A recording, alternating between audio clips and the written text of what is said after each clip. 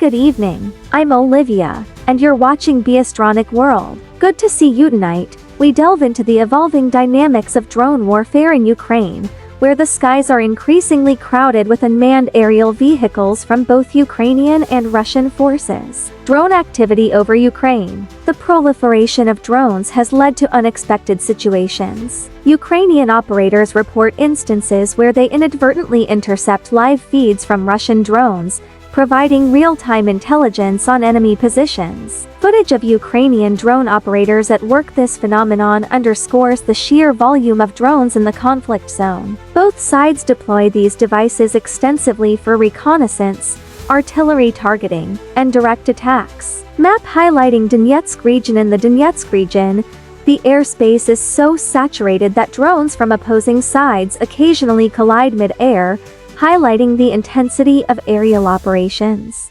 Interview clip with military analysts. Military analysts suggest that the interception of enemy drone feeds offers a tactical advantage, allowing forces to anticipate and counter adversary movements more effectively.